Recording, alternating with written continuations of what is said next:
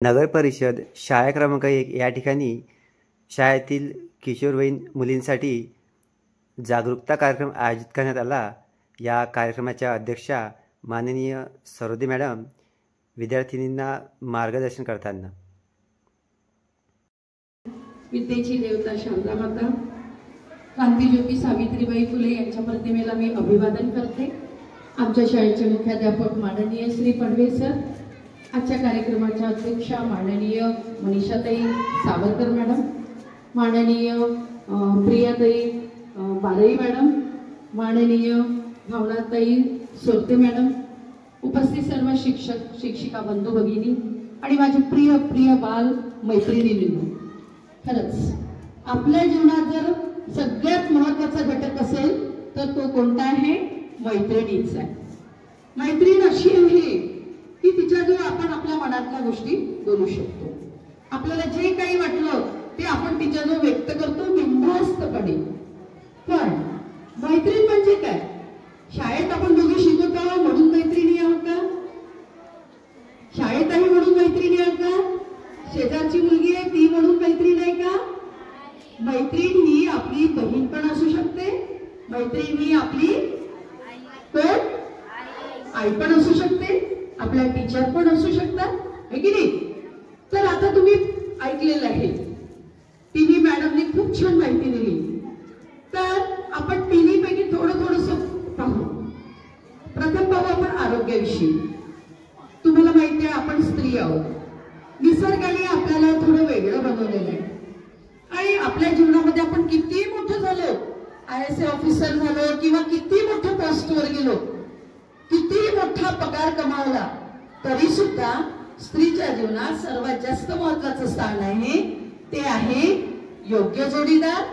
आणि योग्य जोडीदार मिळाल्यानंतर आपल्या पुढची पिढी म्हणजे आपल्या होणारे मुलं, हे सगळ्यात महत्त्वाचं आपल्या जीवनामधलं हे आहे, साध्य आहे। तर तुम्हाला असं वाटत असेल मॅडम आम्हाला आतापासून काय सांगत आहे?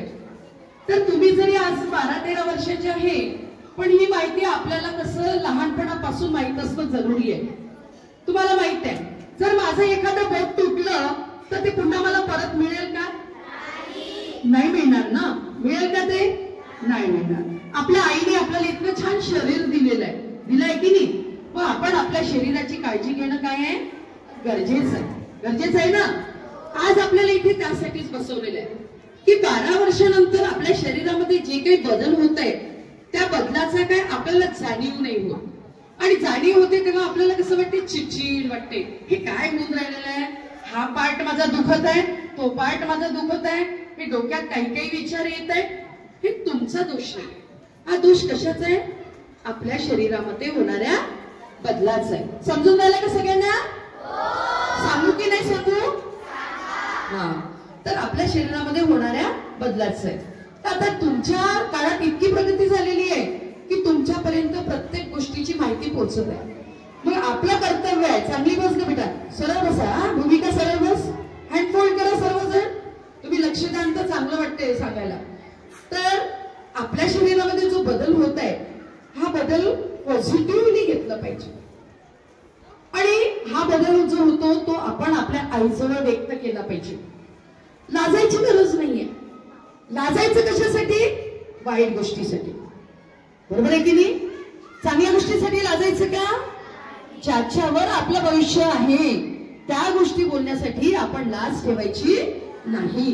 अगदी स्पष्टपणे आपल्या आईला माहिती विचारायची, आपल्याला आपल्याला वाटते की यांच्याजवळ आपल्याला ती माहिती मिळू शकते त्यांना विचारायची, आणि आपण आपल्या आरोग्याची काळजी घ्यायची। आजपासून जर आपण आपल्या आरोग्याची काळजी घेऊ तर आपलं एक सुदृढ शरीर निर्माण होईल, आणि सुदृढ शरीरामध्ये सुदृढ मन वास करते, माहिती आहे तुम्हाला? मग आपल्याला उत्साह वाटतो कोणत्याही गोष्टीचा। जर आपलं मनच चिडचिड असेल तर अभ्यासात मन लागेल का? आपलं नाहीच लागणार, आपलं कशातच मन नाही लागणार, आपलं भक्तीकडे मन वळेल की नाही? आणि आपलं भक्तीकडे मन वळलं तरी आपल्या आईला सांगा, आई असं का बरं होत आहे ग, मला ती गोष्ट का बरं आवडायला लागलेली आहे? तुमची आई तुम्हाला नक्की चांगलं समजावून सांगेल। आताच्या आया काडी घ्या आणि बदल मारत नाही, कारण तुम्ही आईपेक्षाही ग्रेट आहात।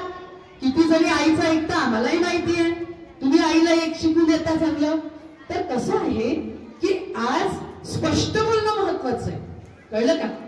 जर भूक लागली तर आपण कसं म्हणतो, आई काय स्वयंपाक केला विचारतो ना, आणि विचारतो की नाही? आणि आईने म्हटलं आज केला नाही स्वयंपाकचा आपण तांडव करतो ना.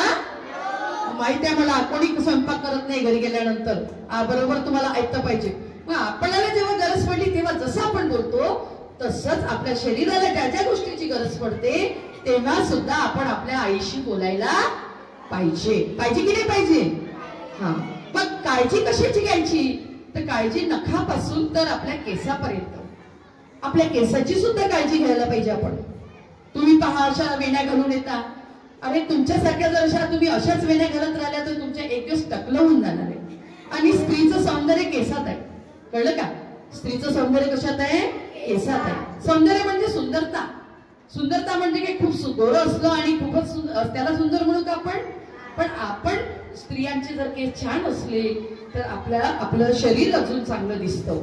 मग आपण केसाची सुद्धा काळजी घ्यायला पाहिजे, आपल्या डोळ्याची काळजी घ्यायला पाहिजे. पण डोळ्याची काळजी घेताना आपण विसरून जातो.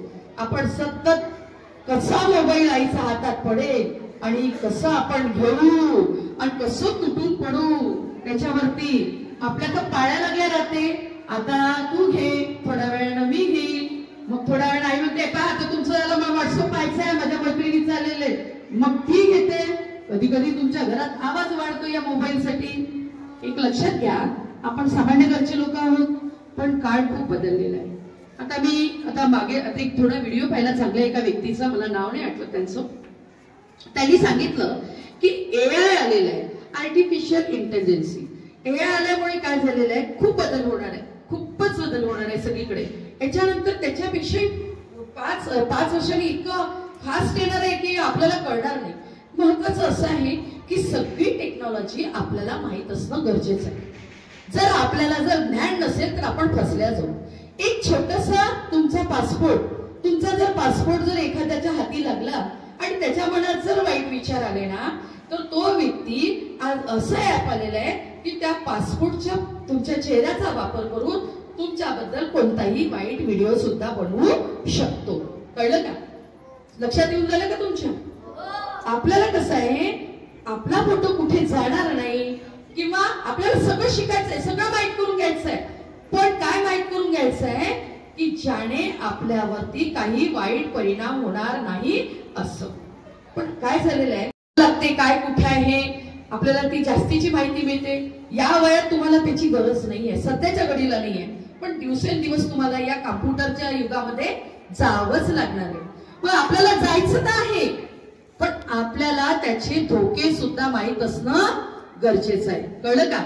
मग आपण काय अपलोड केलं पाहिजे व्हिडिओ, किंवा आपण कोणते व्हिडिओ पाहिले पाहिजे याचा विचार करा.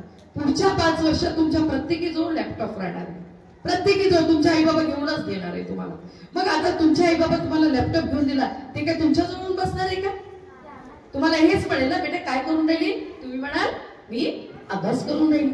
पण तुम्ही सर्च करून राहिले बरंच काही. मी त्या व्हिडिओ मध्ये असं ऐकलेलं आहे की जर आपण जे सर्च करतो ना, समजा एखाद्या मुलीला एखादा रशियन मुलगा आवडून राहिला, ती सर्च करून राहिली रशियन मुलाला, तर तो कॉम्प्युटर काय करतो माहितीये का? तिथे बसलेले सायबर क्राईम करणारे तुम्हाला त्याच्यापेक्षा स्मार्ट रशियन पोरांचे काय पाठवेल? फोटो पाठवेल. माहितीये का? माहितीये का ही गोष्ट? तुम्ही जो युट्यूब वरती जो व्हिडिओ पाहाल त्याच्या संदर्भात तुम्हाला जास्तीत जास्त काय पाठवतील? व्हिडिओ पाठवतील. करून राहिलं का? आणि मग आपण काय होतो, त्यांच्या जाळ्यामध्ये फसल्या जातो. आपल्याला कळत नाही, समोरची व्यक्ती इतकी छान बोलते, आपल्याला वाटते बापरे माझी आई तर नुसती कचकच करत राहते, हे करू नको ते करू नको. इथे कशाला गेली होती? इतक्या वाजता का नाही आली? आपल्याला आपली आई कधीच आवडत नाही.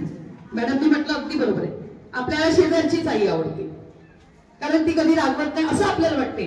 पण एक लक्षात ठेवा, जी व्यक्ती तुम्हाला रागवत असेल, तुम्हाला टोकत असेल, तीच खरी कोण आहे? आपली मित्र आहे. तो खरा मित्र आहे आपला. ती आई असो किंवा मैत्रीण असो. आणि जे आपल्याला म्हणते ना, अरे चांगलं आहे, तिने तर केलं होतं, काही नाही होत, पाहून घेऊ म्हणताना काही पण वाईट घटना घडू शकतात. कळलं का? म्हणून आपल्याला टोकणारा जो कोणी असेल ना त्याच्यासारखा बेस्ट मित्र कोणीच नाही आपला. तुम्ही एक लक्षात ठेवा, चांगलं चांगलं म्हणणारे तुम्हाला खूप भेटतील, पण आपल्या चुका दाखवणारे तुम्हाला कमी मिळतील. हे लक्षात ठेवा. चुका दाखवणारा जर मिळाला ना तुम्हाला, त्यांना सोडूच नका. तो खरा मित्र आहे तुमचा. आणि बेटा लक्षात ठेवा, काळ जरी बदलत असला तरी आपण ज्या घरातून आलेलो आहोत ना त्या घराचा विचार करून जगा. आज इथे बसलेल्या 75% मुलींची आई बाबा शेतात कामाला जाते की नाही जात? हातवरती करा बरं. स्वतःची शेतात जाते की नाही जाते ना? मग विचार करा, घरी कोण आहे? कोणीच नाही. घरी तुम्ही आहे. तुमच्या घरी येणारी व्यक्ती चांगली आहे की वाईट आहे याचा विचार करा. 10 रुपयाच्या चॉकलेट साठी कधीही फसू नका. हे 10 रुपयाचे चॉकलेट इतकं महागात पडेल की मॅडमने जे सांगितलं, तुमचा युट्रिसचा जो भाग आहे ना हा सर्वात इम्पॉर्टंट आहे. जसं बँकेमध्ये कसं सोनं नाणं ठेवलं जाते की नाही, गोल्ड वगैरे देतो का आपण कोणाला काढून? तुमच्या घरी सोनं आहे, पैसे देता का तुम्ही कोणाला काढून? हा, ते आपलं गोल्ड आहे. मुलींचं गोल्ड कोणतं आहे? तुमचं गर्भाशय. कळलं का? आणि त्याची काळजी घेणं हे कोणाचं काम आहे? कोणाचं काम आहे? हा, तुमचं काम आहे. आणि म्हणून आरोग्याची काळजी घ्या. कसंही लोक वागू, रस्त्याने चालता, कोण कसं बोलता तुम्ही, मुलांशी बोला ना. अरे सगळ्यांशी मैत्री ठेवायची आहे. विषाची परीक्षा घेतली नाही तर विष कळेल का आपल्याला? जगात सगळे चांगलेच लोक आहेत का? वाईट पण आहे ना. वाईट म्हणजे विचाराने वाईट, कर्माने वाईट असते ना. मग आपल्याला त्याही लोकांशी काय करायला लागणार आहे? व्यवहार करावा लागणार आहे. त्यांच्याशी आपल्याला राहावं लागणार आहे. अनुभव सगळे घ्यायचे. पण आपण एक विचार करायचा, तुम्ही सारासार विचार करण्याची क्षमता आहे तुमच्यामध्ये की माझ्या भविष्यासाठी कोणती गोष्ट चांगली आहे. अरे खूप मोठं ऑफिसर नका बनू, पण एक चांगली स्त्री बना, एक चांगली आई बना, एक चांगली मैत्रीण बना, एक चांगली व्यक्ती बना. एक चांगली व्यक्ती बनली ना ती कुठेही आपलं नाव कमवू शकते. कळलं का? खूप मोठ्या पदावरही जाऊ शकते ती. अशा कितीतरी उदाहरणे आपल्याकडे की मोठ्या मोठ्या पदावर गेलेल्या, कमी शिकलेल्या बाया सुद्धा पण गेलेल्या. तुमची आई सुद्धा कोणावर डिपेंड नाहीये. रोज ती शेतात जाते की नाही जात? तिच्या पुरतं काम ती करत आहे. तिच्या पुरतं काम ती करत आहे की नाही करत आहे? करत आहे. ती पण स्वावलंबी आहे. स्वावलंबी बना. आणि कोणाला फुकट मिळते का? फुकट तर कधीच स्वीकारू नका. कधीच नका. ज्यानं फुकट घेतलं तो खपला. बिलकुल फुकट खायची सवय ठेवायचीच नाही. आणि मॅडमनी जे सांगितलं ना अगदी बरोबर आहे. मोठ्या मुलींशी मैत्री करायची की नाही करायची? तुम्हाला काय वाटते? का नाही करायची? सगळ्या काय वाईट असतात का? नाही असतात. पण मोठ्या मुलींशी मैत्री करायची आहे, पण तिच्याप्रमाणे वागायचं आहे का आपल्याला? ती झाली तिच्या वयाची विचार. जसं मॅडमनी आता सांगितलं की तुम्ही जर अशा वागायला लागल्या तर तुम्ही 7वीचा पेपर नाही 12वीचा पेपर सोडून राहिले असं होईल. डायरेक्ट 12वीचा पेपर सोडू शकतो का आपण? नाही सोडू शकणार. आपल्याला स्टेप बाय स्टेप जावं लागेल ना. पण फक्त पहिल्यांदा एक लक्षात ठेवा की आता सर्वात पहिले आपण एकच करायचंय की आपल्यासाठी या वयात कोणती गोष्ट गरजेची आहे हे तुम्ही शिका. मजाच नाहीये, मजाक नाहीये. आज तुम्हाला मजा वाटून राहिली असेल, आम्ही इथे बोललो एवढं जीव तोडून, सरांनी सांगितलं, सगळे सांगून राहिले, पण ही मजा नाहीये. कारण 13 वर्षाची मुलगी सुद्धा प्रेग्नंट झालेली आहे. आणि ही रियालिटी आहे. 13 वर्षाची मुलगी. आता तुम्ही विचार करा का मुलगी आहे म्हणून का पोट्टे पैदा करायचा ठेका घेतला का? अरे पहिले काय करायचंय आपल्याला? आपलं फ्युचर घडवायचंय की नाहीये? त्याच्यानंतर आपण मॅच्युअर्ड होऊ, आहे की नाही? 25-26 वर्षाचं नोकरी करू किंवा आपला काही व्यवसाय करू आणि त्याच्यानंतर आपला चांगला आपल्याला शोभेल असा जोडीदार बघू. त्याच्यानंतर पुढचं प्लॅनिंग. बरोबर आहे की नाही? नाही तर काही पोरी आला. आम्हाला एक वकील मॅडम भेटल्या होत्या मागच्या वर्षी मला. त्या सांगत होत्या म्हणे मॅडम 15 वर्षाची मुलगी आहे म्हणे, तिच्या आईच्या मागे इतकी भिडली म्हणे आई वडिलाच्या की मला हा मुलगा आवडतो, मला लग्न करायचंय, मी ते करायचंच आहे. आता काय करू, परेशान होऊन गेलो. आता तुम्ही विचार करा, लग्न ही गोष्ट इतकी महत्वाची आहे का जीवनामध्ये? आहे, पण त्याच्यासाठी सुद्धा काय आहे, एका वयाची लिमिट आहे की नाही आहे? 15 वर्षापर्यंतची पोरगी लग्न करून गेली, तिची सासू काय तिला बसून ठेवून का? ये बाई, बस बाई, पाय ठेवू का बाई, तुला ताट वाढू का बाई, कायची भाजी खात, इडली डोसा खात का, अशी विचारते का आईसारखी? विचारणारच नाही ना बाबा. सून घरी आणली तर चाल, सिद्धी होय गॅस ओट्यावर चढतात पायनी वऱ्याच्या पोळ्या, मग आपल्या इथे जीवावर.